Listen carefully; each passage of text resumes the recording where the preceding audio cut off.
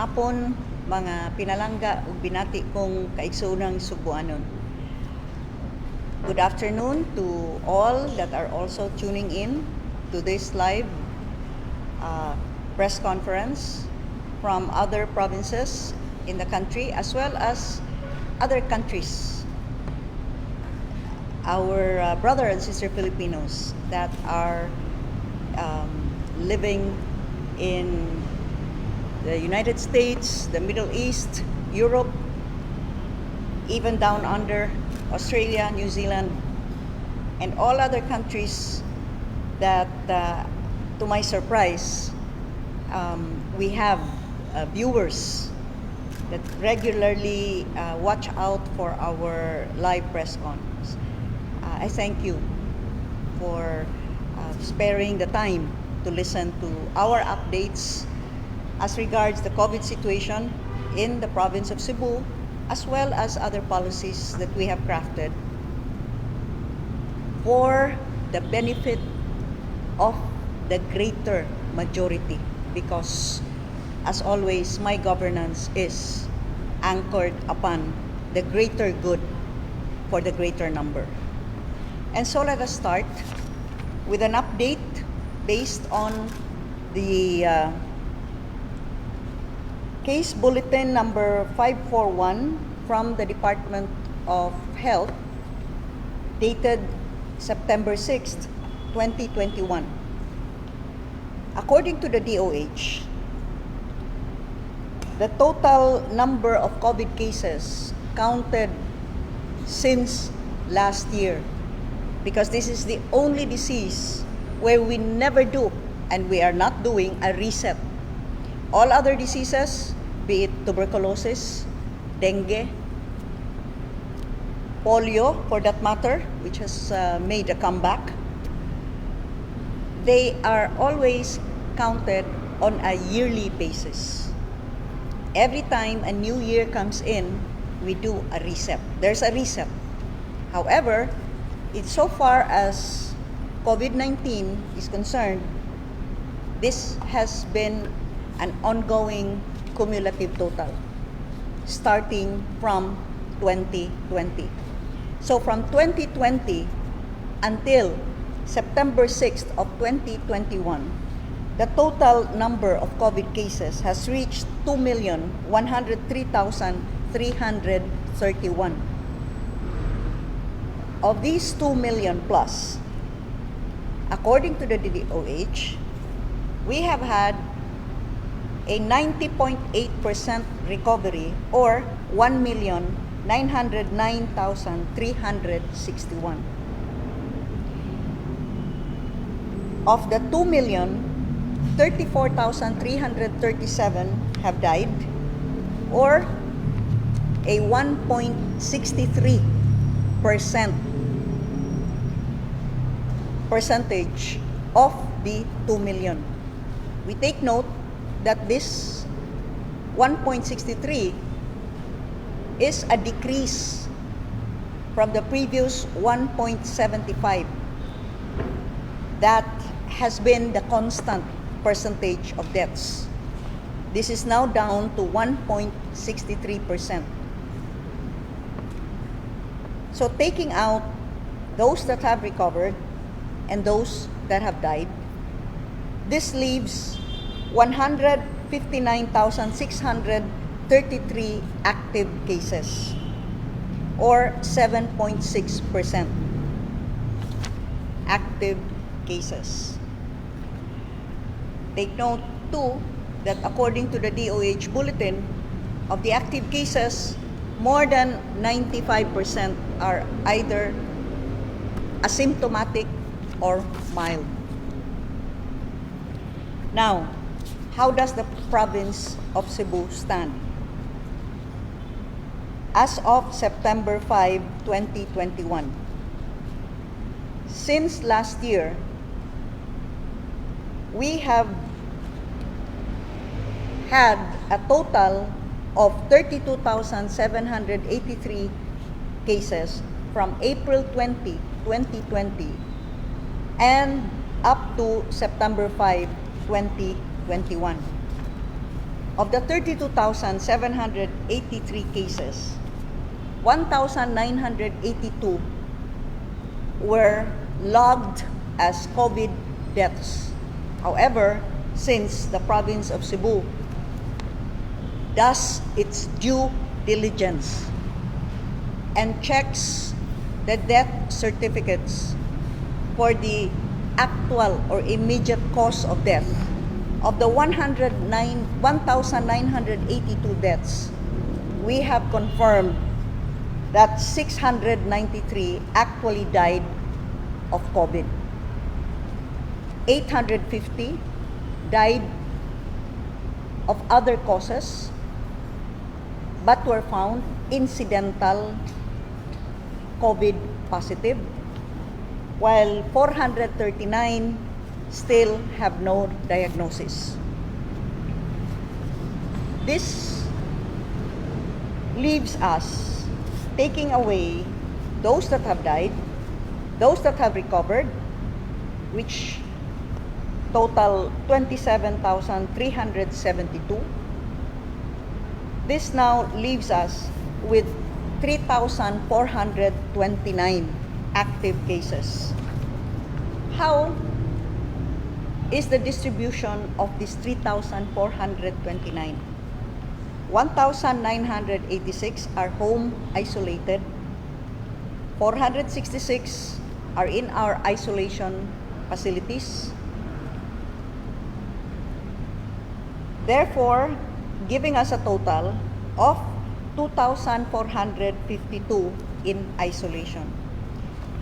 Those that are isolated are further divided into the mild symptomatics, which added up to 2,064 or 84.2%, and the asymptomatics, absolutely no symptoms whatsoever, which total 388 or 15.8%.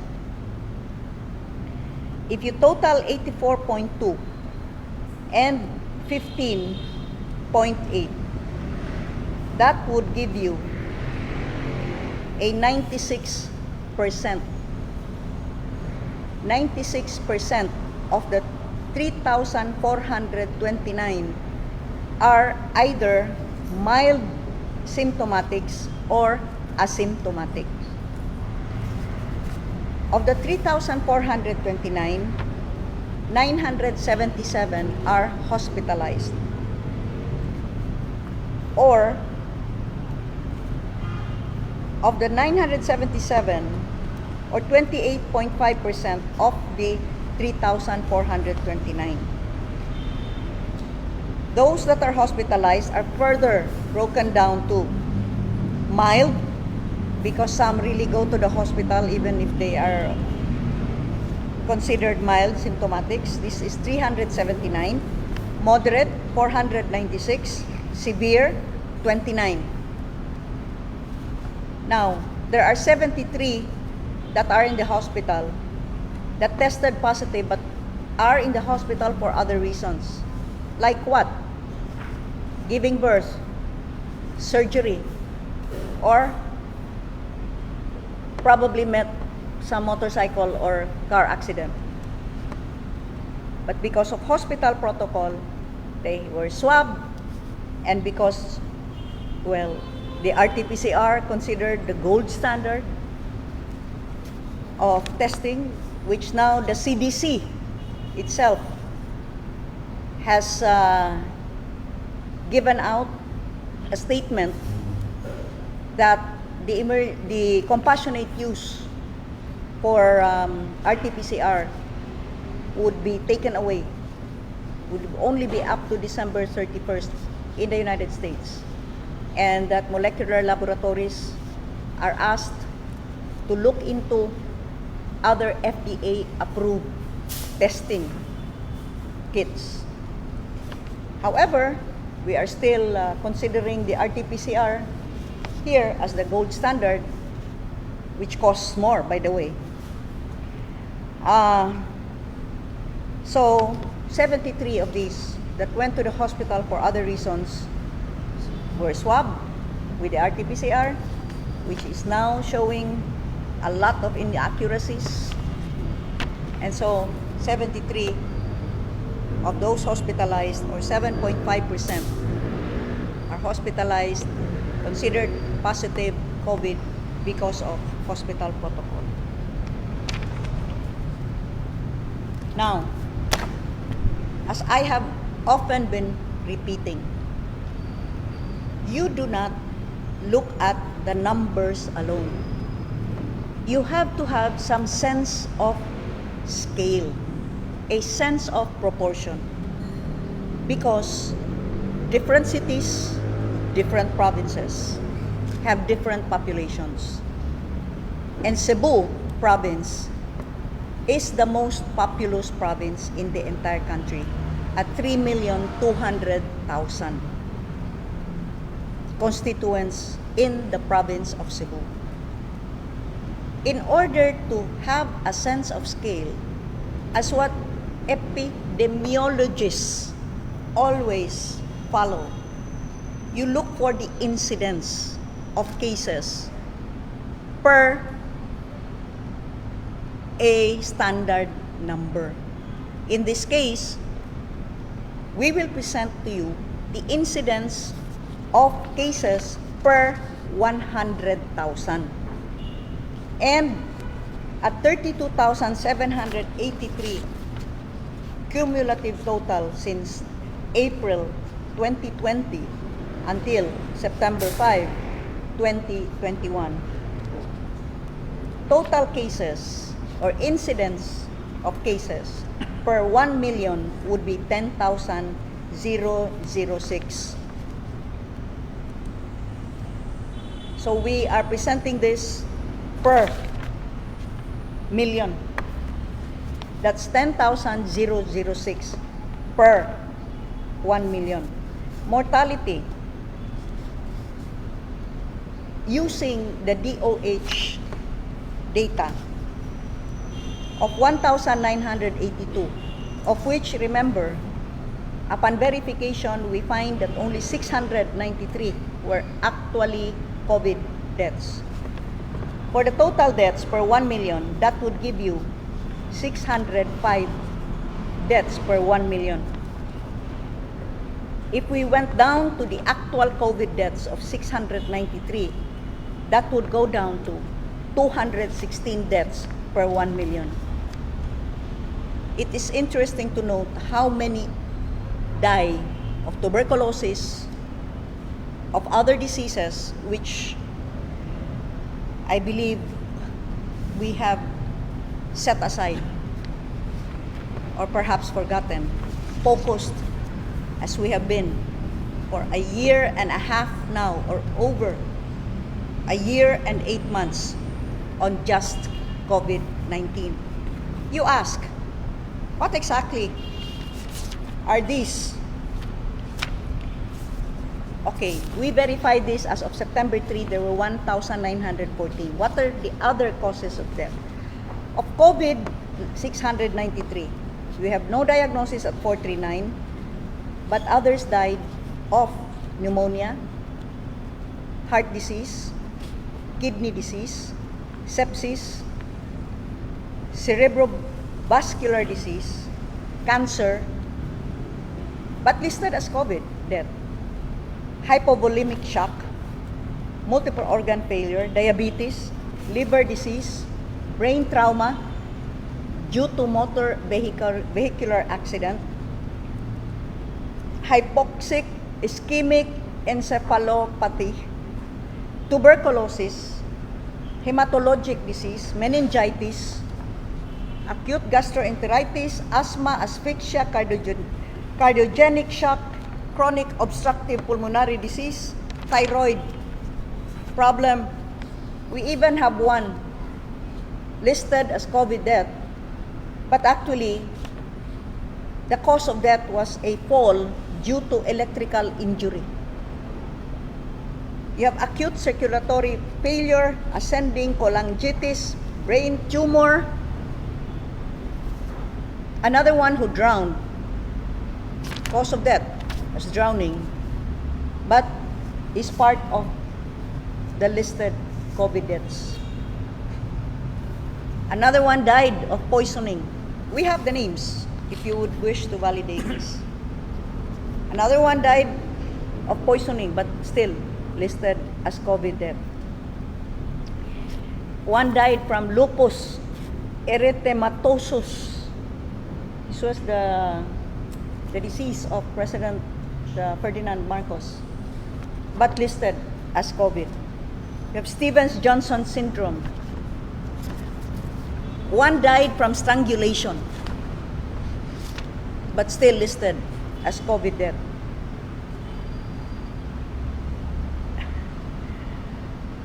There was blunt abdominal trauma, but listed as COVID death. Traumatic brain injury and blunt chest trauma, listed as COVID death. So, it is incumbent upon us to analyze, to verify, to validate. Because if we just take the numbers per se, we get the wrong impression and it skews policy. Now, as far as the province of Cebu is concerned, as I have said, cases will go up and will go down. They'll go up and go down. That is the nature of a disease, any disease for that matter. Like right now, it's flu or influenza season. But yet, with the gold standard, RT-PCR, we've forgotten about the flu. We've forgotten about influenza because we have to use the gold standard, which, by the way, as I have been repeating, detects 94 other kinds of viruses. However, okay, we follow the gold standard, RT-PCR, and here you can see since January, the weekly summary of cases. From 117 from January 1 to January 9, we went up to 735 from March 7 to March 13, went down again to 176 from May 16 to May 22, and then steadily rose to reach 2,772 in the week covering August 8 to 14. Now, we see the drop down to 1,589 positive cases. But this is not to say that these are all hospitalized. Let me just repeat. As we have shown, of these positive cases, 95 to 96% are asymptomatic or mild. So it's now down on a weekly basis to 1,589. What is the COVID-19 hospital bed occupancy in the province of Cebu? You can review our previous footages or live press conferences. In the last PRESSCON, we showed you that in the province of Cebu, but I am talking about our 4 provincial hospitals and 12 district hospitals. I do not speak for these private hospitals that range from a 20 bed to maybe a 50 bed capacity. I am talking about the hospitals that are under our control, the Cebu provincial government. What are these? 4 provincial hospitals of 100 beds capacity each, and our 12 district hospitals ranging from 20 to 50 to 70 bed capacity. What did we set aside? What is the number of beds that we had set aside for COVID cases? So, as I reported, we had 495 beds for COVID patients. Presently, what is occupied by COVID patients is 213. leaving us an available balance of beds at 282.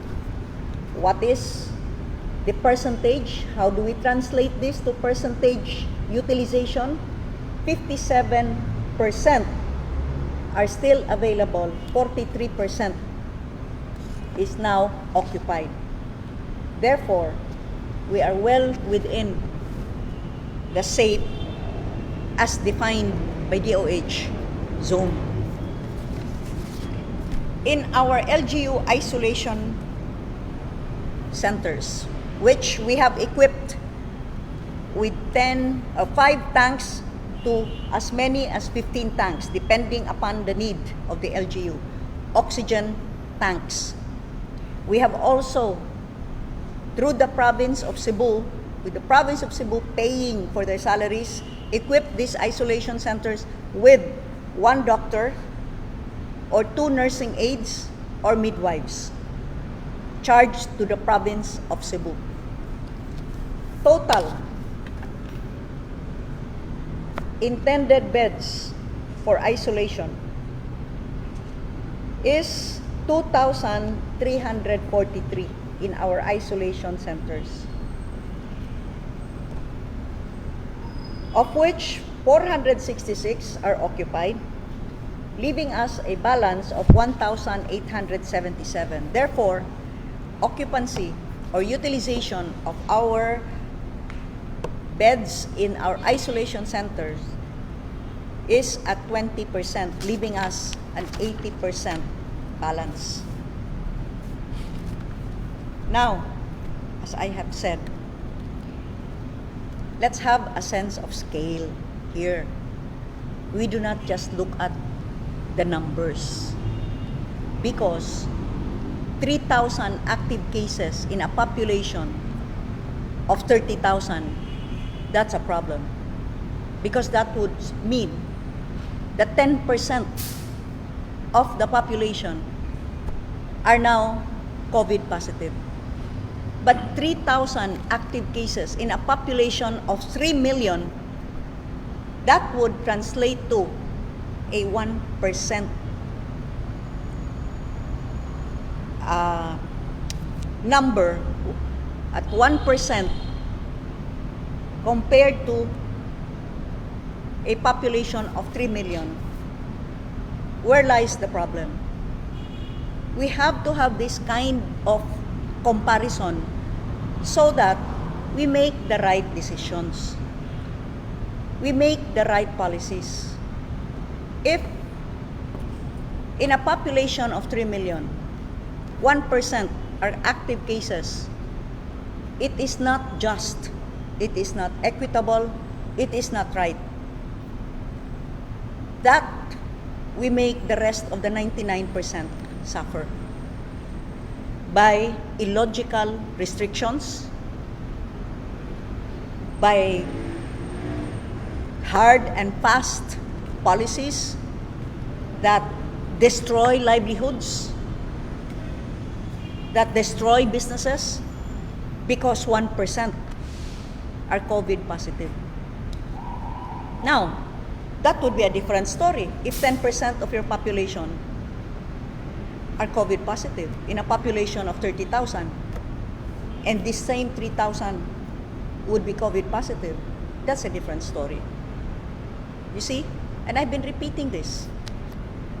So I present again, hopefully for those that also make public policy, that try to dictate people's lives without even actually knowing what's going on right here on the ground, but just refer to their books and internet news and tap their calculators and then pronounce policies. By the DOH data, as of September 6, 2021, we rank again the cities and provinces in accordance with the incidence of active COVID cases per 100,000. What does it mean? We looked at the number of active cases. This is DOH data. And then we divided this with the population per 100,000. By 100,000. So, number 1, as of September 6, is the city of Makati with 3,543 active cases in a population of 582,000. They have an incidence of 608 active cases. Number 2 is the city of San Juan. In a population of 122,000 with 731 active cases, that means a 595 incidence of active cases per 100,000. Number 3 is Pateros. Number 4, Pasig. Number 5, Parañaque. Number 6, Mandaue City. 1,744 cases in a population of 362,000. That's 654. That's 481 incidents of active cases per 100,000. Number 7 is Apayao. Number 8 is Muntinlupa. Number 9 is Pasay City. Number 10 is Taguig City. These are the top 10 cities and provinces in accordance with incidence of active cases per 100,000. Number 11 is Cebu City with a population of 922,611 and 3,572 active cases. The incidence is 387 per 100,000. This is followed by Mandaluyong, Las Piñas, Cavite, Navotas, Bataan, City of Valenzuela, Cagayan, Laguna, and then Lapu-Lapu City with 1,254 active cases in a population of 408,000. It gives you an incidence of 307. Next is Malabon, Manila, Baguio City, Quezon City. Number 25 is Bohol. The entire Cebu Island, which means the Tri-Cities, Cebu City, Mandaue City, and Lapu-Lapu City, together with the province of Cebu. By the way, just as a reminder, because I am still amazed that there are people who still do not know that the city of Cebu is not under my jurisdiction. It is the capital of the province of Cebu, but by some historical fiat, as well as other reasons, it is the capital of the province of Cebu, but the residents of the city of Cebu do not vote for the provincial officials. That is why I would wish to remind, ako lang painumduman pa, napamaghihapon yung mga taga-syudad nga mangutana pa maghihapon, ari pa man gihapon ipadana kong problema unya murag mayon ta before na ninyo buhaton ba hinumdumi kuno nakabutar ba gid mo gobernador sukad sa inyong kinabuhi. So the city of Cebu is not under the jurisdiction of the province. So the entire Cebu Island, with a population of 4.9 or almost 5 million, and a total active case number at 10,863, would give you a 221 incidents of active cases per 100,000. Oh, where is Cebu province? Cebu, and this is still at 4293, because the active cases of the DOH bulletin is not updated. So even at 4,293, remember we are now at 3,400, but even at 4,293, Cebu, with a population of 3,276,500 437 gives you an incidence of positive cases at 131 per 100,000. So that is the standing of Cebu province. If we are to even acquire a sense of scale and proportion, we do that with all other things that we deal with in life. Why lose this sense of scale and proportion when evaluating the severity of COVID-19 and just look at numbers? Well, if you must look at numbers, yes, look at the number of active cases, but look at the number of the population as well. Because this is the practice in epidemiology. Why not follow it? Aren't we talking about, according to epidemiological studies, this is the curve and so on and so forth? So let's have this sense of scale. Surap sabton, oy. Deaths. This is the mortality per 100,000. Number 1, City of San Juan, with 212 deaths, but a population of 122,886.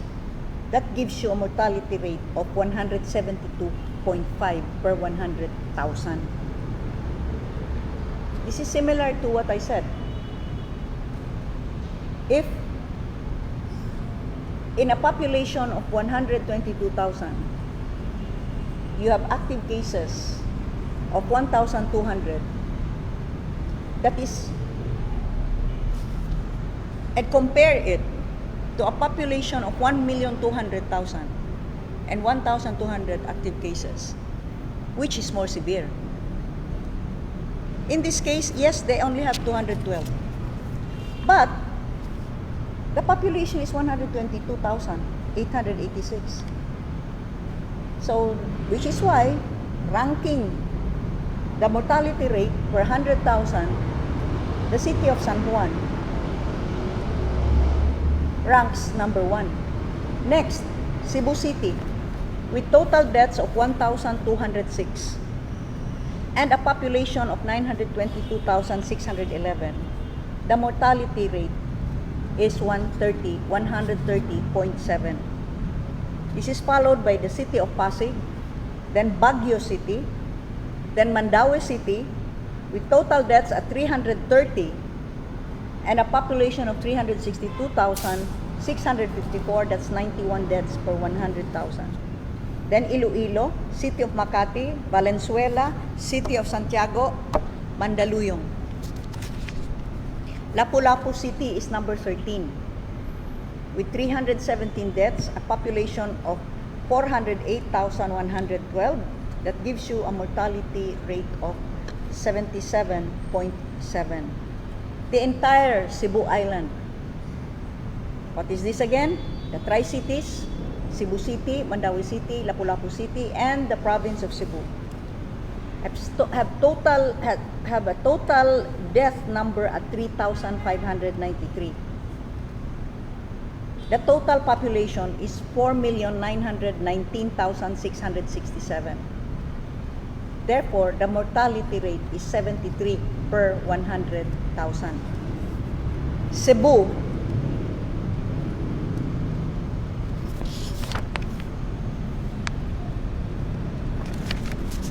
di man mo, oh. This is not my con. Cebu with total deaths, as we had verified, at 693. Din man. Yeah, but is this the one that I prepared? Yes po. Kana siya yung bibigyan.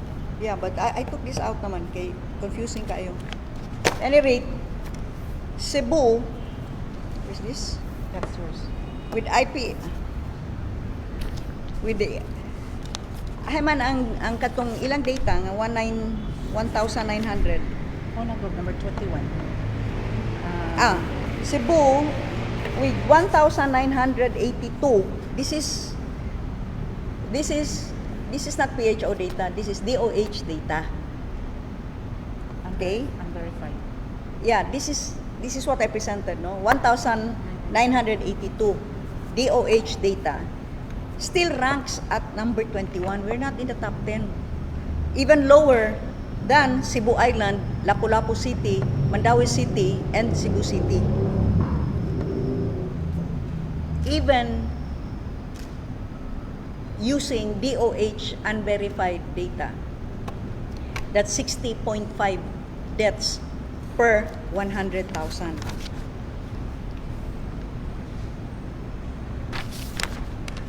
Now, as I told you, checking on each and every death certificate, it was found out that of the 1,982 DOH data COVID deaths, which included the one who got electrocuted, those that died from motor vehicular accidents, the one who died of drowning. That's part of the 1982. So, we have verified 693 deaths who actually died of COVID. That does not include those that had a heart attack, that had diabetes and had kidney failure, and more so, met motor vehicular accidents. That's for the incentives, because, COVID deaths have been incentivized. So that's for the bigger claim in PhilHealth. But let's talk about truth. And it's 693. Where does that rank Cebu? With a population of 3,276,437. We are number 75. Because that gives you a mortality rate of 21.2 per 100,000. These are the real COVID deaths as certified by the death certificate. So we do not include those that died of other causes, but upon swabbing turned out to be positive, get listed as COVID deaths. But as I said, COVID has been so incentivized that nobody dies of other causes anymore, even if you drown. So drowning now is a symptom of COVID. Or if somebody strangles you and you forget to breathe, that too is a COVID symptom. But of course, what was the saying? COVID na lang ni, para wa na'y bayranan. Okay. I also reported in a previous live PRESSCON how Johns Hopkins University and the Coronavirus Resource Center of the Johns Hopkins University ranks the different countries in accordance with, you see, this is what they do. The case deaths per 100,000 population. Number 1 is Peru. The case fatality there is 9.2%. They have 610 deaths per 100,000. That's number 1. Number 2 is Hungary. Number 3 is Bosnia, Herzegovina, then North Macedonia, Czechia, Montenegro, Brazil, Bulgaria, San Marino, Argentina. Where lies the Philippines? With a case fatality of 1.6%. or 31.66 deaths per 100,000. The Philippines is number 101 as of September 6. You can research that yourself. Google it. Okay? Do I have the EO?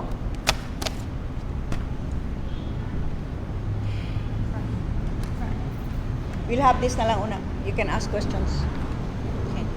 On this. Regarding sa kaning deaths sa province na istorya ninyo ang Department of Health kay in the past weeks mo range ang death sa kanang base sa ilahang ipagawas yan sa tracker nila 40 to 60 deaths a day.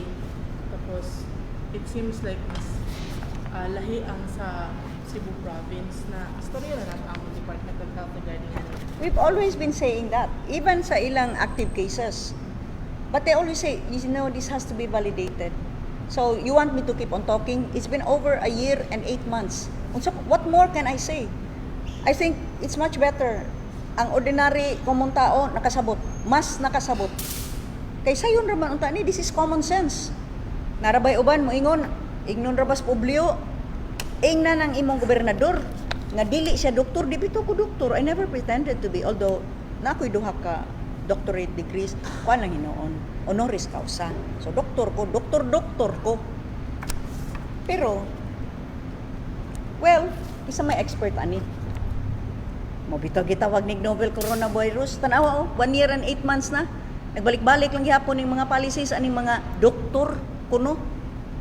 Other doctors are already disagreeing. In fact, the public na COVID fatigue na. Ako, wagi ko nagdoktor kay wa man ko intensyon nga manambal. Pero nidagan ko gobernador kay sa akong eksperyensya nga og tanan akong naagian. Sa akong huna-huna makatampo ko, makatabang ko sa probinsya. And that is why I go around the province. I see for myself what the situation is. How miserable people's lives have become because of these unreasonable, illogical, nonsensical lockdowns. Even the WHO has stated lockdowns are not sustainable and don't work. That is why I have to keep this balance.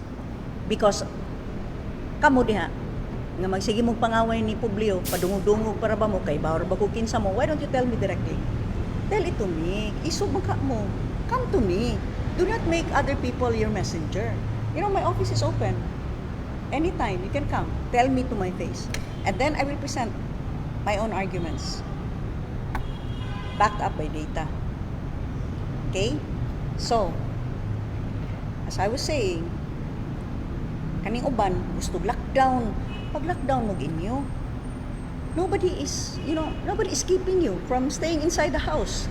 But other people have to go out. Kadaghanan in town sa atong mga kaigsuonan, isang kahig, isang tuka. If they do not work, what will they feed their families? And if we force upon these people these unreasonable restrictions, businesses will close, jobs will be lost, livelihoods will be lost. And we make the rest, look, we have 3,400 active cases, 95% are either mild or asymptomatic. But even if we are to presume that the 3,400 are all hospitalized, are we going to make the rest of the 3 million miserable, hungry, because of 3,400 active cases, of which 900 plus are actually hospitalized? Where's the logic there? Where is your sense of humanity there? You know, I realize we can often think of ourselves as the most important in all the world. And so what we want and what we opine and what our thinking is always right. Good for you. Because you only have your families to think of. Or maybe even just yourself. Ako, I have millions and millions of Cebuanos to consider. And they are not as rich as you. They don't have a steady income like you, even if you have to work from home. Pinakaswerte ron, government employees. Or even those that continue to be employed. I know of others, and they are more than you. You are the minority. There are millions that have been severely affected because of all of these restrictions. So consider that. Simple math. 3,400 active cases. 3,200,000 Cebuanos. 900 plus, or let's say 1,000 hospitalized. The rest of the 3,200,000 are not. And 60 to 70% of these have to work in order to feed their children, to feed themselves. Unya, magpatugon mo, ingna na imong gobernador. Ngano di ay, Cubs, ka nang nakabutar ba ka na ko? Ayaw mo patugon. Ari diri. Tell it to me, straight to my face, and I'll also give you data. Let's have an intellectual discussion. Intellectuals maka mo, let's have an intellectual discussion. Now, kaning deaths, you ask me, have I told, don't make a mistake about it, ha? DOH region is very supportive, ha? And we have been working very, very closely. But as I have said, since last year, I have been segregating. I've been asking the DOH. There are those that agree with me, but they do not dictate national policy. They can only agree, but they do not craft policy. I have been saying, let us segregate. In fact, the word is desegregate. What is our basis? There's the death certificate. That is what we're doing here. We look at the death certificate. What is the immediate cause of death? And this is now turning out to be ridiculous. Tukon ka, wa na kakaginhawa, COVID na ka. Malumos ka, COVID na ka. Nabunal imong o, buak imong o, COVID na ka. It's ridiculous. It's here. It's listed. I just read that. So, that is why we, or I, who knows what the situation actually here is on the ground, I'm guided accordingly on how to meet the challenge of COVID-19. Not just mouth the same old phrases that we have heard, because had these phrases, these restrictions actually worked, why are we now on our 20th month? It's been a year and 8 months. And we still see this. Ma-ECQ, ma-GCQ, ma-MGCQ, mabalik og MECQ, balik og ECQ, unya barbecue. Hello, what's the end game? As I said, what's your roadmap? Where are we headed? Isn't it time that you allow local government units who actually know the situation on the ground to weigh for themselves and respect Republic Act 7160, which is the local government code, which grants local autonomy to our local government units. Our mayors, our governors were elected by the people, trusted by the people to look after their lives and livelihoods. Can we give our chief executives that courtesy now, that respect, and that faith in being able to craft policies that will actually answer the needs of their respective LGUs? Because local government units have never been similarly situated. Some are islands, some are contiguous, huge land masses. Some are densely populated, others more sparsely so. Some have different cultures. So one public policy surely cannot be an across-the-board policy, especially since situations are different. It is for this reason that I have issued Executive Order number 41, defining the guidelines and protocols for general community quarantine to be observed by all persons within the province of Cebu. So you have all of these warehouses, and we have defined the protocols for essential establishments as well as non-essential. For tourism, our prohibitions, protocols for religious gatherings and necrological services. For public transport, outdoor sports, border control, curfew, and, as I have always been saying, focus on the preventive. Let's not talk about preventive, the same old face mask and face shields, the expensive face shields.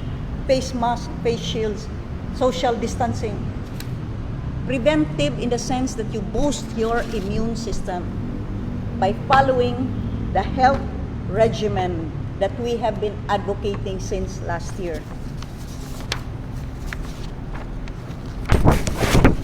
So, in a nutshell, we are now, for our restaurants and other dine-in establishments, allowing dine-in at 50% venue capacity. Al fresco dining will be allowed to operate at 100% venue capacity. Spas, salons, parlors, and other personal establishments shall be allowed to operate at 50% venue capacity. But mayors are permitted to lower the venue capacity of the concerned establishments depending upon the COVID situation in their jurisdictions and as the need arises. However, for all of these establishments that are allowed to operate, they shall have proper ventilation with high efficiency particulate air or HEPA filter and ionizer. Air purifiers with high efficiency particulate air HEPA filter and ionizer shall be installed, and which capacity shall be proportionate to the floor area of the establishment. The establishment shall also be regularly cleaned, disinfected, and sterilized with the ultraviolet germicidal light after business hours. And for the usual violent reactions of these very few, all employees of the establishment are required to wear face masks and personal air purifiers at all times. I am speaking here of those that are air-conditioned, have no ventilation whatsoever.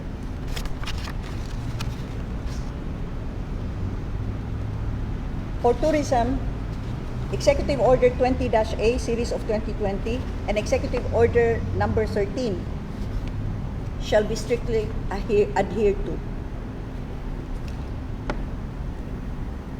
Apart from the protocols and guidelines defined under both executive orders, persons engaging, participating, or working in tourism-related activities are required to wear personal air purifiers at all times.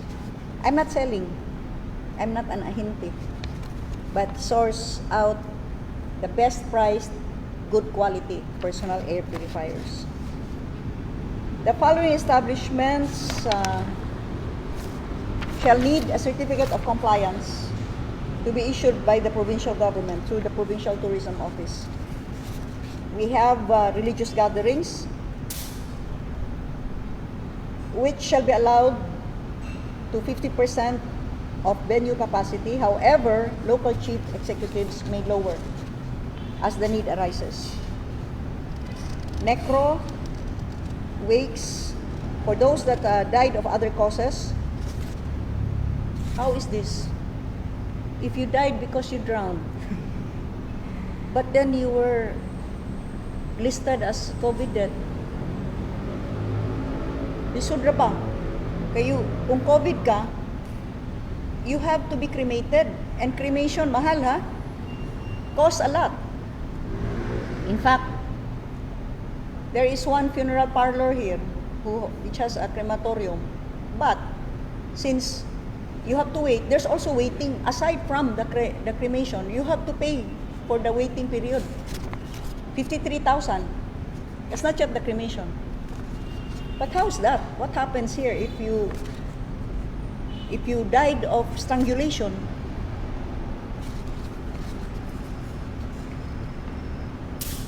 Okay, so it's all here. Public transport. This, we are deviating from the GCQ guidelines because we are still not allowing air-conditioned public transport. And we are still requiring the personal air purifiers for all of our drivers and conductors. We also distributed as incentive for our drivers and conductors free vitamins for 1 month. And we might distribute again for another month. That is what we're doing here in the province of Cebu. We put our money where our mouth is. When we talk about boosting the immune system, we give free vitamins to all of our frontliners, now to our drivers and conductors, and we are selling at subsidized rates vitamin packs of vitamin C with zinc, B complex, calcium with D3. 1 month supply would cost you a little over 170 pesos. That is subsidized by the provincial government. So for public transport, all public utility vehicles operating within the province of Cebu shall observe the guidelines, protocols, and limitations under Executive Order numbers 35 and 35B, series of 2021. Only non-air-conditioned PUVs and air-conditioned PUVs with windows fully opened at all times shall be allowed to operate. Drivers and conductors are required to wear not just the personal air purifier, also the face mask. So don't confuse it, okay? I never said do not wear the face mask. Better mo sa face mask, okay? Shall be required to wear the face mask and the personal air purifier. So outdoor sports, only for non-contact sports. We will continue the border control. Interzonal travel within just the island of Cebu shall be permitted. We will continue to conduct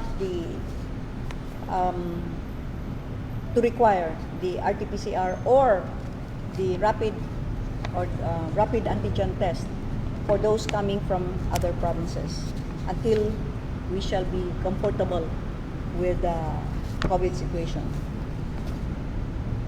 The curfew for the province shall be from 11 p.m. to 4 a.m. And we repeat this. I understand that now Metro Manila is following the granular lockdowns, which we had included in Executive Order 35, empowering our local chief executives to enforce granular lockdowns. I am repeating this under Section 11 for component local government units in observance with Resolutions 29 and 30 IATF and 130-D series of 2021. Municipalities and component cities of the province of Cebu are authorized to implement granular lockdowns within their jurisdiction. This has been practiced by our local chief executives. This is what I have been saying. Let's trust those that were elected into office. They are the ones that have to submit themselves for judgment to the people. Not some academician or clinician who hides behind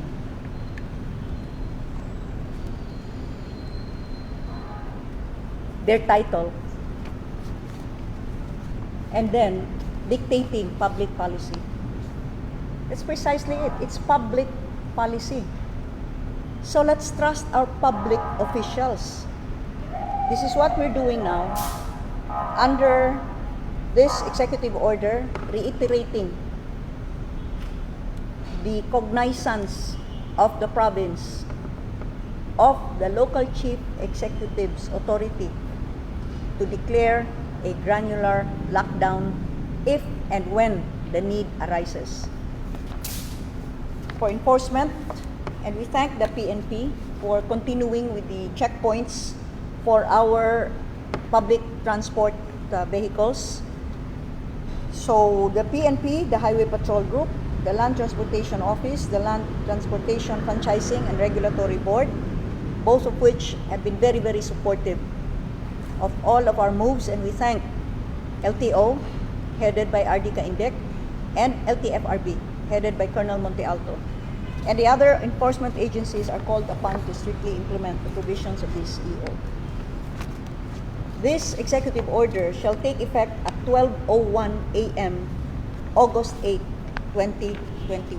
And, September 8. sorry, Frankie boy, ipabasa pag yun ko nimo ani diri ha. This shall be effective September. Pakan-ara na, Frankie, gutom na tingali na. This executive order, I cannot sign it. August 8 man usmabi. But I shall sign it now. This shall be effective 12:01 of September 8, 2021. You ask, what about the LGUs that were previously declared under MECQ? Right now, I am declaring, and under this EO, the entire province under GCQ. If the need arises, we may, as what we have done in the past month, declare some LGUs, if needed, under MECQ.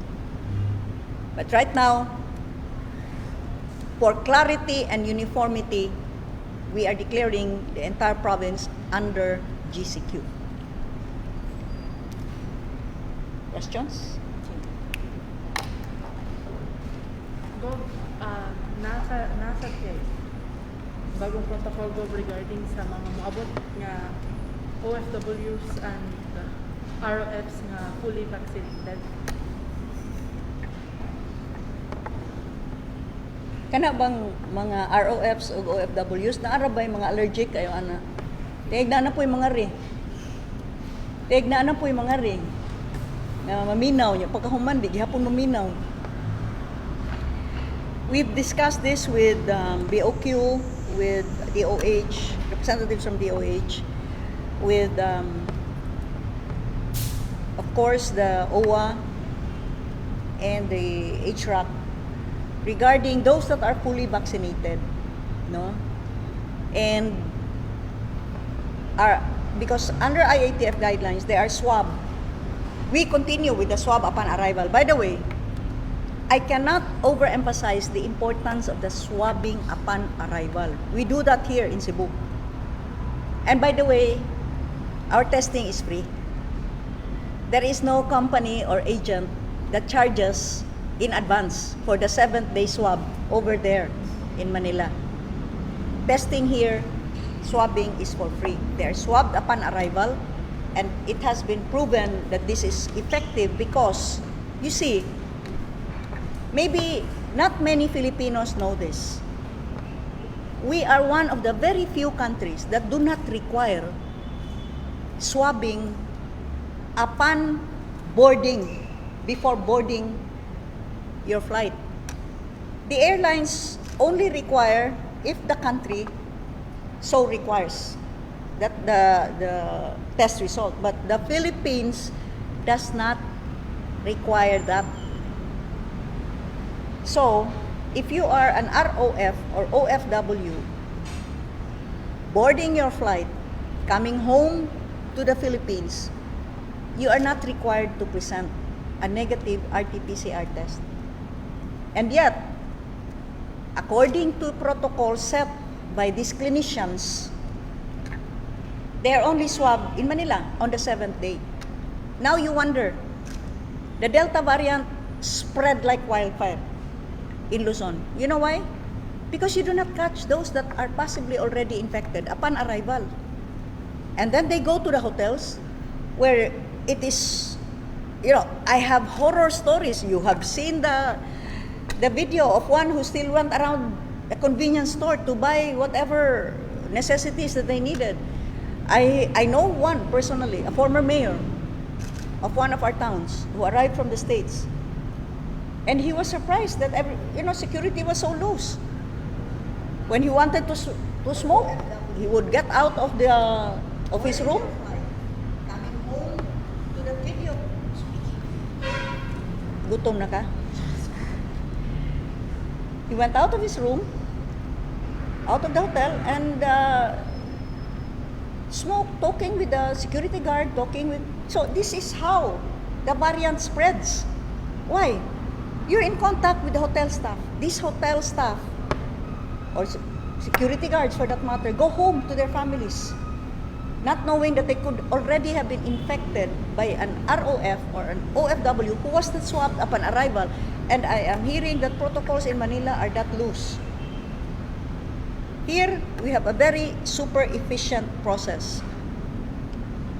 The DOH, the BOQ, the MCIAA management have a seamless procedure, and our swabbing here is for free. Over there, the Toxicare collects in advance. Even before you reach the Bureau of Immigration, you are supposed to pay already 3,600. So we swab upon arrival for free. And in fact, there was a flight that they asked that we accommodate. We were able to immediately find out, isolate those that tested positive upon arrival. And then, for vaccinated persons, they are tested on the 5th day. On the 5th day, but they are still made to stay for 2 days. Now, I think the logic there is, usually, the test results come out after 48 hours. That is, if you're not that efficient. Over here in Cebu, efficiency is like second nature to us. From a seamless procedure at the airport, and then they are brought to the hotels. Fully vaccinated persons are tested on the 5th day. If they are tested early in the morning, the result can come out on that same day. So why wait for 2 more days? Doesn't make sense, does it? That is if you can come up with the results on that day. So, I think that should be an incentive for fully vaccinated persons. That they should, over here in Cebu, kaya natin natin yan. They are, ay magkatawa man, Tagalog lang ko, katawaanan kung Tagalog. It becomes, as I've been saying, di ba? Vaccination is a matter of choice. Let us not be a polarizing figure here, For those who want the vaccine, we are fully supporting the vaccination program of national government. In fact, our LGUs are now actively, with more vaccines coming in, we are now increasing the number of vaccinated persons. But it should be a matter of choice. Those that choose not to be vaccinated should not be ostracized. However, let us make the vaccination program an incentivized program. If we were to allow those that are fully vaccinated, tested on the 5th day, and the results, in fact, come out on that same day, then there's no point of staying an extra 2 days unless, again, the suspicion comes in that somebody's earning money here for those extra 2 days when he does. And you're Cebuano. You're a Cebuano. You're already here on home soil.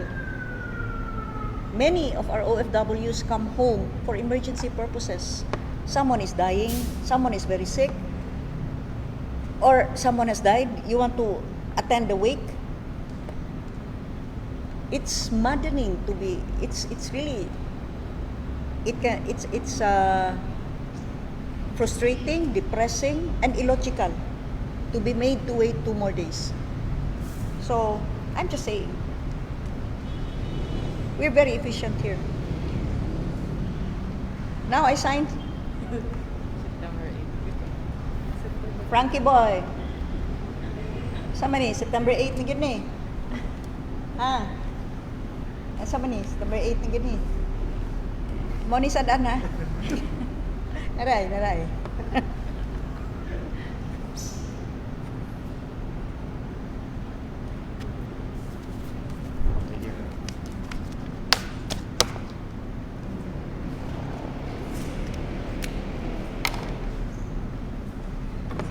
Next. So katong mga Ambot lang, di na ko moro tong istorya. Uy. Naana po doon niya ani magkarate lo garin dire. Oh, sa bagay mas may tayo mga rin sila kay init kay dito. katong mga paano It should be incentivized.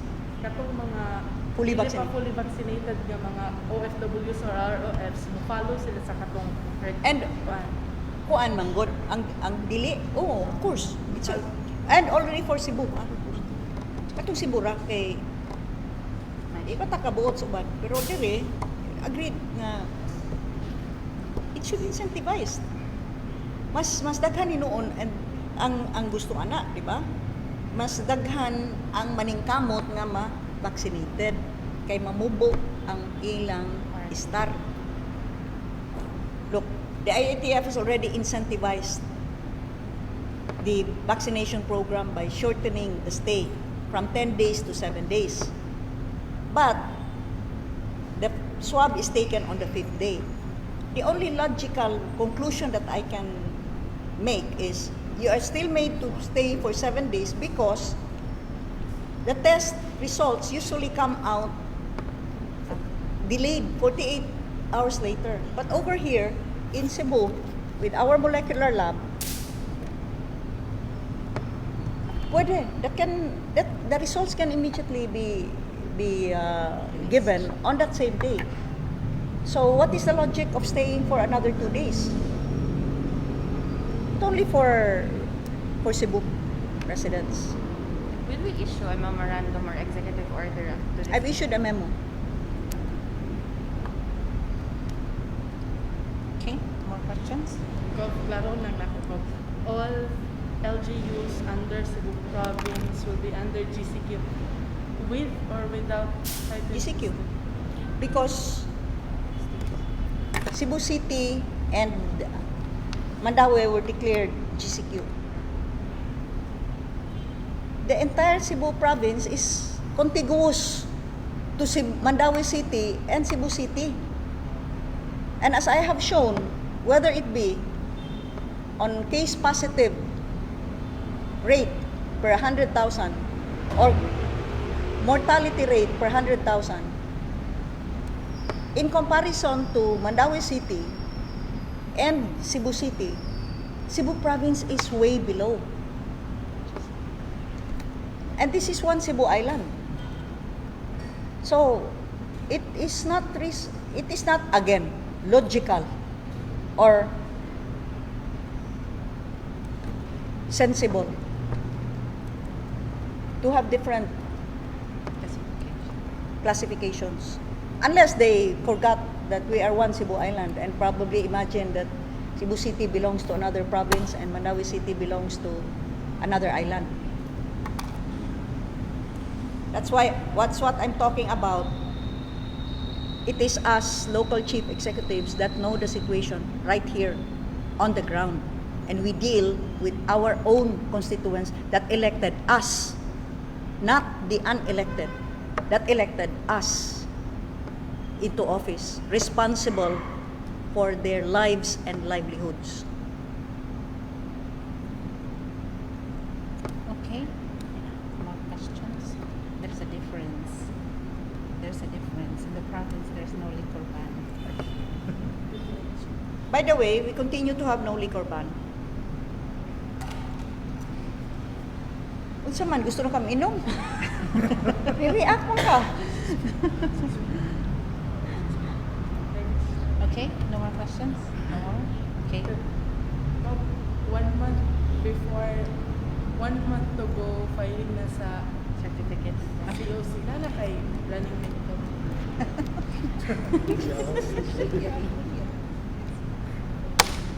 Karon na ha, murag nayabag na pangutanaha. Eleksyon naman ang yung istoryahan. Dado mo si Masite ko. You know, not until the COC is filed can you really have any certainty. And I don't want to be caught with a foot and mouth disease, meaning my foot will be in my mouth. So do not ask me to answer on something that is still very fluid. As you know, I do not like to answer also speculative questions. Kanang mga if, yeah. What can you say will happen in the future? I'll i-refer ta mo ni Madam Auring out. Okay. Kapa. Closing na tanong. Well, in closing, I would like to thank all of you that have been watching this episode. I hope that we have clarified matters. As always, we present data, verified and validated, and our policies are based upon data and actual knowledge on the ground. Because it is us that actually see the people, listen to the people, and realize what they are going through with this COVID-19 challenge and the restrictions that have been imposed. It is us that see how the economy has been devastated. Right now, as your governor, I will always continue to look after the general welfare of the greater number, not the selfish interests of the very few.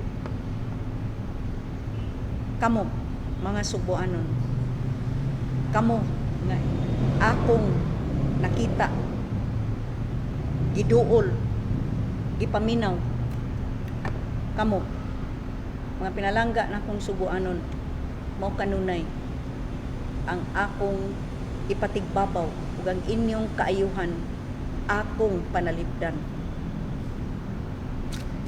Sa makausapa, maningkamot ta, kanunay sa giya sa atong Senyor Santo Niño ug sa atong patrona.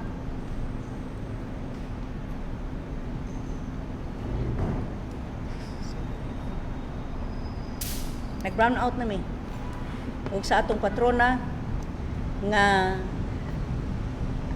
Our Lady of Guadalupe,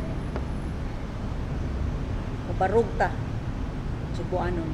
Kaya ni nato, ug hinumdumi kanunay, dili ko gayud kamo biyaan. Padayon ko, niar ko, alang kaninyo, si GWEN Garcia. Daghan kaayong salamat, may gabi.